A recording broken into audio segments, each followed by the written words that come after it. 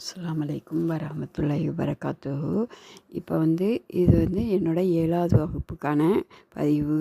இதில் நம்ம கடைசியாக உஸ்தாத் நம்மளுக்கு ஒரு இதை டிஃப்ரென்ஷியேட்டை கண்டுபிடிச்சு சொல்லுங்கள் அப்படின்னு சொல்லிட்டு கிளாஸை முடித்தார். அதை பற்றி பார்த்துட்டு அடுத்த விஷயத்த நான் இங்கே சொல்கிறேன்.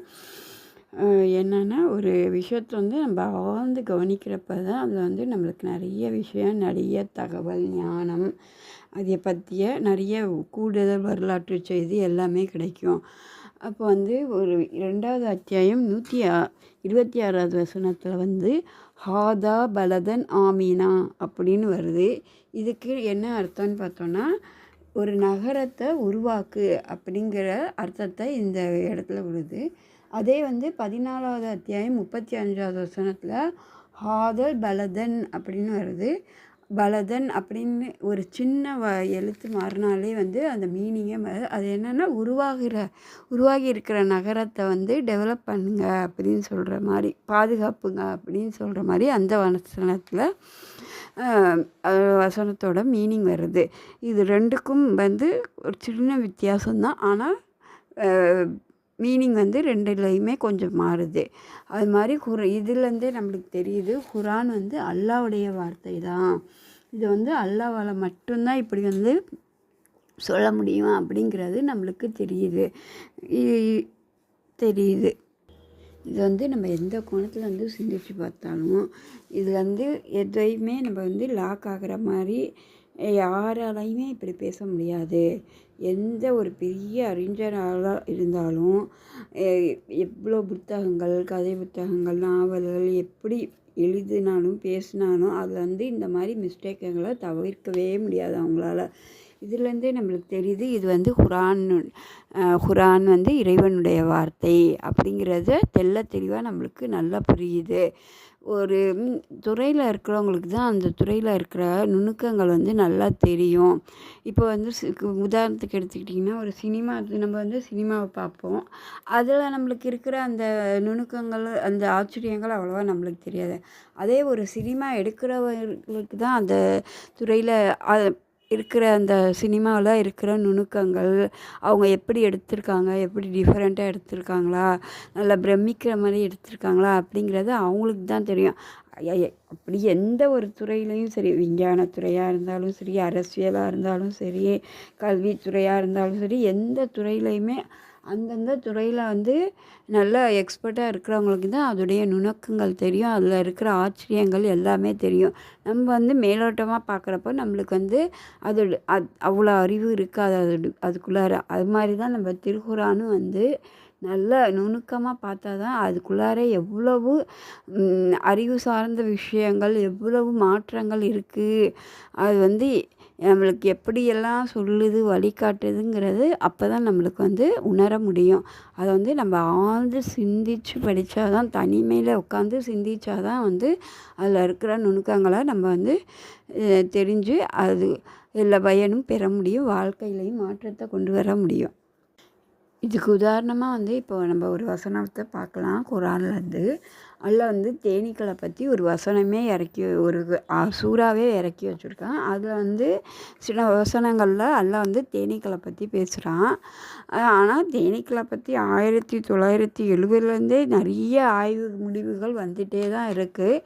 இருந்தாலும் 1400 வருடங்களுக்கு முன்னாடியே இந்த திருக்குரான் தேனீக்களை பற்றி எப்படி சொல்லுது அப்படிங்கிறத நம்ம பார்க்கலாம். 16வது அத்தியாயம் 68, 69வது வசனத்தில் அல்லாஹ் தேனீக்களை பற்றி சொல்கிறான். அவுது பில்லாஹி மினஷ் ஷைத்தானிர் ரஜீம், பிஸ்மில்லாஹிர் ரஹ்மானிர் ரஹீம். வ அவுஹா ரப்புக இலன் நஹ்லி அனித்தகஸி மினல் ஜிபாலி புயூதன் வ மினல் ஷஜரி மிம்மா யரிசூன் சும்ம குல்லி மின் குல்லி ஸமராத்தி வஸ்லுஹி சுபுல ரப்பிகி தலூலன் யஹ்ருஜு மின் புத்தூனிஹா ஷராபுன் முக்தலிஃபுன் அல்வானுஹு ஃபீஹா ஷிஃபாஉல் லின்னாஸி இன்ன ஃபீ தாலிக லஆயாத்துல் லிகௌமி யதஃபக்கரூன். மலைகளிலும் மரங்களிலும் மனிதர்கள் கட்டுபவற்றிலும் கூடுகளை நீ அமைத்துக்கொள். பின்னர் ஒவ்வொரு கனியிலிருந்தும் சாப்பிடு. உமது இறைவனின் பாதைகளில் எளிதாகச் செல் என்று உமது இறைவன் தேனீக்களுக்கு அறிவித்தான். அதன் வயிற்றுகளில் இருந்து மாறுபட்ட நிறங்களை உடைய பானம் வெளிப்படுகிறது. அதில் மனிதர்களுக்கு நோய் நிவாரணம் உள்ளது. சிந்திக்கிற சமுதாயத்திற்கு இதில் சான்று உள்ளது. இந்த வசனத்தில் அல்லாஹ் என்ன சொல்கிறான் அப்படின்னு நம்ம பார்த்தா, தேனீக்களை பற்றி அவங்க மரங்களில், மலைகளில், மனுஷங்க கட்டியிருக்க வீடுகளில், அதில் எங்கே வேணாலும் போய் கூடு கட்டிட்டு நீங்கள் வாழுங்க அப்படின்னு சொல்கிறான். அதில் ஒரு மாறுபட்ட நிறம் வரும். அது என்னென்னா, பெண் தேனீக்கள் தான் உணவை இது சேகரிக்கும். அது ஃபஸ்ட்டு அது வாயிலேருந்து வர ஒரு மெழுகு ஆட்டம், உடலிலேருந்து ஒரு வருது மெழுகு ஆட்டம் ஒரு திரவம் வரும். அதை வச்சு தான் அது கூடு கட்டும். கூடு கட்டி வசிக்கும். அப்புறம் அதுக்கு பெரிய கொடுக்கு இருக்குது பெண் தேனீக்கு. அது காலில் ஒரு கூடையாட்டம் இருக்கும். அந்த கூடையில் போய் அது பூக்களில், பழங்களில் அப்படி உட்காந்து அது தன்னுடைய உணவை, மகரந்த பொரியை தூக்கிட்டு வரும். தூக்கிட்டு அதோட உணவை ஆண் தேனீக்கு அந்த பெண் தேனி தான் அதுக்கு பெரிய நீல நாக்கு இருக்கனால அதுதான் ஊட்டி விடுமா. பெண் தேனி ஆண் தேனீக்கு ஊட்டி விடுமா. ஆண் தேனீக்களோட வேலை என்னன்னு பார்த்தா, அவங்களுக்கு இனப்பெருக்கத்தை செய்கிறதுக்கு மட்டும்தான் ஆண் தேனீக்கள் நம்மளுக்கு இதாகுது. இனப்பெருக்கத்துக்கு அது நம்மளுக்கு ஹெல்ப் பண்ணலைன்னா பெண் தேனீக்கள் அதுகளுக்கு உணவு கொடுக்குறதே விட்டுடும். அது கூட்டிலேருந்து வெளியே போய் எங்கேயாவது போய் செத்துரும். அப்படிங்கிறத அல்லாஹ் 1400 வருடங்களுக்கு முன்னாடியே நம்மளுக்கு இந்த ஒரு விஷயத்தை விஞ்ஞானிகள் இப்போ கண்டுபிடிக்கிறாங்க, இத்தனை ஆண்டுகளுக்கு பிறகு. ஆனால் நம்மளுக்கு இறைவனுடைய இந்த வேதத்தில் 1400 வருடத்துக்கு முன்னாடியே இந்த விஷயங்கள் எல்லாமே சொல்லப்பட்டிருக்கு. இதே ஒரு பெரிய சான்றாக இருக்குது. இந்த வேதம் இறைவனிடமிருந்து தான் வந்தது அப்படிங்கிறதுக்கு. அடுத்து ஒரு உதாரணத்தை பார்க்கும். அது என்னென்னா 30 அத்தியாயம் 1வது 2வது 3வது வசனங்களில் ரோம்ங்கிற அத்தியாயத்தில் அவுது பில்லாஹி மினஷ் ஷைத்தானிர் ரஜீம் பிஸ்மில்லாஹிர் ரஹ்மானிர் ரஹீம் அலீஃப் லாம் மீம் உலிபத்திர் ரூமு ஃபில் அதினல் அர்தி வஹும் மின் பாதி கலபிஹிம் ஸயக்லிபூன். அலீஃப் லாம் மீம். ரோம பெருசு அருகில் உள்ள பூமியில் வெற்றி கொள்ளப்பட்டு விட்டது. அவர்கள் தோல்விக்கு பிறகு சில வருடங்களில் அல்லாவின் உதவியால் வெற்றி பெறுவார்கள். முன்னரும் பின்னரும் அதிகாரம் அல்லாவுக்கே உரியது. நம்பிக்கை கொண்டு அந்நாளில் மகிழ்ச்சி அடைவார்கள். தன் நாடியோருக்கு அவன் உதவி செய்கிறான். அவன் மிகைத்தவன், நிகரற்ற அன்புடையவன். இந்த வசனங்களில் ஒரு ரோம பேரரசு அந்த வெற்றி, அந்த தோல்வியை பற்றி அல்லாஹ் பேசுகிறான். அதை என்ன சொல்கிறான்னா, அல்லாஹ் ரோமாபுரி பாரசீகர்கள்கிட்ட தோத்துருச்சு, தோற்கடிக்கப்பட்டுருச்சு அப்படின்னு சொல்லி இந்த இதில் வருது. ஏன் அப்படின்னு கேட்டால், அவர்கள் வேதக்காரர்கள் தோற்றுவிட்டார்கள் அப்படின்னு சொல்கிறாங்க. ஏன்னா அவங்க பல கடவுள்களை நம்புகிறவங்க தான் ஜெயிச்சிருக்காங்க, வேதம் இருக்கிறவங்க தோத்துட்டாங்க அப்படிங்கிற மாதிரி சொல்கிறாரு. இப்போ முகம்மதுக்கு வேதம் வந்துருச்சுன்னு அவர் சொல்கிறாரு. அவர் தோல்வி அடைஞ்சிட்டாரு அப்படின்னு அவங்க சொல்கிறாங்க. இப்போ முகமது தோற்றுருவார், நம்ம ஜெயிச்சிருவோம் அப்படிங்கிற மாதிரி. ஏன்னா பக்கத்து ஊரில் நடந்த விஷயத்தை வச்சு அவங்க இதை பேசுகிறாங்க. பல கடவுள்களை நம்புகிறவங்க தான் ஜெயிப்பாங்க, முகமதுக்கு வேதம் வந்துடுச்சு, அவர் தோற்றுருவாராம் அப்படிங்கிற மாதிரி சொல்கிறாங்க.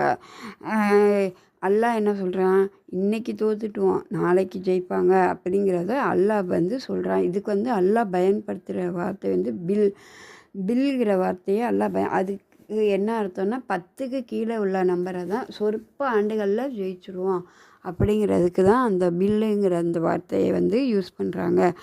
அதே மாதிரி தான் முகமது முகமது நபி அவங்க வாழ்கிற காலத்திலேயே அவங்க ஜெயிச்சு அந்த ஊர்களை கைப்பற்றிட்டாங்க. இது ஒரு நம்மளுக்கு பெரிய சான்றாக இருக்குது. இந்த வசனமும் குரான் இறைவேதம் தான், இறைவனால் தான் நம்மளுக்கு அருளப்பட்டிருக்கு அப்படிங்கிறதுக்கு இது ஒரு சான்றாக இருக்குது. அல்லாஹ் ஃபீ அதினல் அர்தி அப்படிங்கிற ஒரு வார்த்தையை இங்கே அதுக்கு சொற்ப ஆண்டுகள் அப்படிங்கிற மாதிரி ஒரு குறைந்த ஆண்டுகள் அப்படிங்கிற மாதிரி ஒரு மீனிங் வருது. இன்னும் பார்த்திங்கன்னா அதனாலனா அதுக்கு இன்னொரு அர்த்தம் வந்து தாழ்ந்த அப்படிங்கிற அந்த மூசா நபி காலத்தில் வந்து மண்ணு சொல்வங்கிற உணவு இறைந்த அதை வந்து அவங்க என்ன பண்ணாங்க, அந்த உயர்ந்த உணவுக்கு பதிலாக தாழ்ந்த உணவை கேட்டாங்க அப்படிங்கிறத நம்ம பார்க்குறோம். இப்போ வந்து அல்லாஹ் வந்து பூமியை வந்து ஒரே மட்டமாக படைக்கலை. ஒரு பக்கம் உயர்வு தாழ்வு மேடு பள்ளம் அப்படிங்கி தான் அல்லாஹ் வந்து பூமியை வந்து படைச்சிருக்கான். அதை வந்து கடல் மட்டத்துலேருந்து தான் அது பூமி வந்து எவ்வளோ ஹைட்டில் இருக்குது, பூமியிலேருந்து எவ்வளோ ஹைட்டில் இருக்குதுன்னு சொல்லி அப்படி தான் பார்ப்பாங்க ஒவ்வொரு நம்மளுக்கே தெரியும். இப்போ வந்து உயரமான இடம் எது அப்படி பூமியில் அப்படின்னு கேட்டால் எல்லாருமே நம்ம சொல்லுவோம் எவரெஸ்ட்டு அப்படிங்கிற தான் சொல்லுவோம். அது பார்த்தோன்னா வந்து 8800 மீட்டர் வந்து அடி வந்து மேலே உள்ளது எவரெஸ்ட்டு. இதே வந்து தாழ்ந்த பகுதின்னு சொல்லுவாங்க. தாழ்ந்த பகுதி எதுன்னு பார்த்தோன்னு சொன்னீங்கன்னா அது சாக்கடல். அந்த கடல் வந்து அது வந்து 430 மீட்டரு கீழே உள்ளது அந்த இது சாக்கடலுங்கிறது. அதுக்கப்புறம் வந்து பார்த்தோன்னா இப்போ வந்து ரோமபுரியர்கள் வந்து பாரசீகர்களிடையே சண்டை வருது. அதை பாரசீகத்தை ஜெருசலம் வந்து கைப்பற்றுது அப்படின்னு சொல்லி பார்க்குறோம். இந்த விஷயங்களெல்லாம் நம்ம பார்க்குறப்போ இதை வந்து யாரும் வந்து பின்னாடி வெற்றி கொள்ளப்பட போகிற ஒரு விஷயத்த வந்து முன்னாடியே சொல்கிறது வந்து யாராலையுமே சாத்தியப்படாது. இதுலேருந்தே நம்மளுக்கு என்ன தெரியுதுன்னா, இது வந்து அல்லாஹ்வுடைய வேதம். அல்லாஹ் தான் இதை வந்து சொல்லியிருக்கான். அவன் சொன்னதை அவன் செஞ்சு காட்டியிருக்கான். இது இறை வேதங்கிறதுக்கு எந்த ஒரு சின்ன சந்தேகம் கூட இதில் இல்லை நம்மளுக்கு அப்படிங்கிறத நம்மளுக்கு தெளிவாக நல்லா புரியுது. இன்னொன்று என்னன்னு பார்த்தோன்னா வந்து குரான் வந்து நம்மளை வந்து நல்ல வழியிலையும் கொண்டு போகும். சில பேரை வந்து வழி கெடுக்கவும் இந்த குரான் வந்து செய்யும். நம்ம வந்து குரானை வந்து எப்படி அணுகுறோமோ, நல்ல சிந்தனை நல்ல நம்ம வந்து அதுலேருந்து நிறைய விஷயங்களை கற்றுக்கணும் அப்படி ஒரு நல்ல சிந்தனையோடு வந்து அதுக்குள்ளார போனால் அது நல்ல செயல்களை நம்மளுக்கு தெரியும். இதை வந்து நம்ம வந்து சும்மா இதாக நல்ல நோக்கம் இல்லாமல் ஏனோ தானோன்னு அப்படின்னு போனாலே குரான் வந்து நம்மளை வந்து வழி கெடுக்கவும் செய்யும். இதுக்கும் வந்து நிறைய நம்மளுக்கு தெரியும். ஆலிம்ஷாக்கள் இப்போ நிறைய ஹஸ்ரத்துங்களாம் என்ன பண்ணியிருக்காங்க, குரானை படிச்சிருக்காங்க தான். இருந்தாலும் குரான் என்ன அவங்களுக்கு நேர் வழியாக காட்டியிருக்கு இல்லை. அவங்க வந்து தர்காவில் உட்காந்துட்டு ஓதி கொடுக்குறது அந்த மாதிரி காரியங்கள்லாம் செஞ்சு செய்கிறாங்க. அவங்க குரான் படிக்கலையா, இல்லை அவங்களுக்கு குரானை பற்றி தெரியலையா, எல்லாமே அவங்களுக்கு தெரியும். ஆனாலும் வந்து அல்லாஹ் என்ன சொல்கிறான், குரான் வந்து நல்ல வழியும் காட்டும், சில பேரை கெடுக்கவும் செய்யும் அப்படிங்கிறத சொல்கிறான். அதை தான் நம்ம வந்து இதுலேருந்து பார்க்குறோம். இதுலேருந்து நம்ம வந்து என்ன தெரிஞ்சுக்கணுன்னா, குரானை வந்து நம்ம அணுகிறதுக்கு முன்னாடி வந்து நம்ம உள்ளத்தை வந்து காலியாக வைக்கணும். குரான் முன்னாடி வந்து நம்ம தாழ பணிந்து அது என்ன சொல்லுதோ அதை தான் நான் கேட்பேன், அதுபடி தான் அது நான் செயல்படுவேன் அப்படின்னு ஃபுல்லாக நம்ம வந்து பணிஞ்சு நொறுங்கி விழுந்தால் தான் வந்து நம்மளுக்கு வந்து குரான் வந்து வழிகாட்டும் அப்படின்னு. குரானை படிக்கிறதோடு இல்லாமல் அதை வந்து நம்ம வாழ்க்கையில் செயல்முறைப்படுத்தணும் அப்படிங்கிற நோக்கத்தோடு நம்ம படிக்கணும். படித்தா தான் வந்து நம்மளுக்கு குரான் வந்து நம்மளுக்கு நல்லா வழிகாட்டும். குரான் படிக்கிறதுக்கு முன்னாடி வந்து ஷைத்தான்லேருந்து நம்ம பாதுகாப்பு அல்லாஹ்கிட்ட மனப்பூர்வமாக கேட்டால் தான் வந்து குரானுக்குள்ளார நம்ம போய் நிறைய சிந்தனைகள் நம்மளுக்கு தோன்றி அதிலேருந்து நிறைய முத்துக்கள் பவளங்களை பெற முடியும். அது மாதிரி பெற முடியும். அதுக்கப்புறம் இப்போ பார்த்தோன்னா ஷைத்தான் வந்து நம்மளை எப்படி வழிகெடுக்க பார்ப்பான். அவன்கிட்ட நம்ம வந்து அல்லாஹ்கிட்ட தான் மனப்பூர்வமாக வந்து பாதுகாப்பு கொடு அல்லாஹ் அப்படின்னு சொல்லி கேட்டு தான் ஆரம்பிக்கணும். திருக்குரான் வந்து அல்லாஹ்வுடைய வேதம் அப்படிங்கிறத முழு மனசாக நம்பி அதில் இருக்கிற வார்த்தைகள் எல்லாம் அல்லாஹ் சொன்னது அப்படிங்கிற எப்படி நம்ம வந்து ஒரு டீச்சர் ஒரு பிள்ளையோட வார்த்தைக்கு மதிப்பு தருவோம், இப்போ ஒரு பெற்றோருடைய வார்த்தைக்கு மதிப்பு தருவோம், ஒரு ஆசிரியர் ஒரு அரசியல்வாதி ஒரு அப்படிங்கிற வித்தியாசம் இருக்கோ அது மாதிரி தான் இது வந்து அல்லாஹ்வுடைய வார்த்தை. இதை வந்து நம்ம எப்படி மரியாதை தந்து எப்படி முழு மனசோடு ஏற்று படிக்கிறோமோ அது அதுலேருந்து தான் நம்மளுக்கு வந்து குரான் வந்து வாழ்க்கை மாற்றத்தை தரும் அப்படிங்கிற சிந்தனையோடு வந்து படித்து அதில் இருக்கிற பயன்களை எல்லாம் பெறுறதுக்கு அல்லாஹ் வந்து எனக்கும் உங்களுக்கும் அருள் புரிவனாக என்று கூறி துவா செய்து எனது உரையை முடிக்கிறேன். வாஹிர் தானா அல்ஹம்துலில்லாஹி ரப்பில் ஆலமீன். அஸ்ஸலாமு அலைக்கும் வரஹ்மத்துல்லாஹி வபரகாத்துஹு.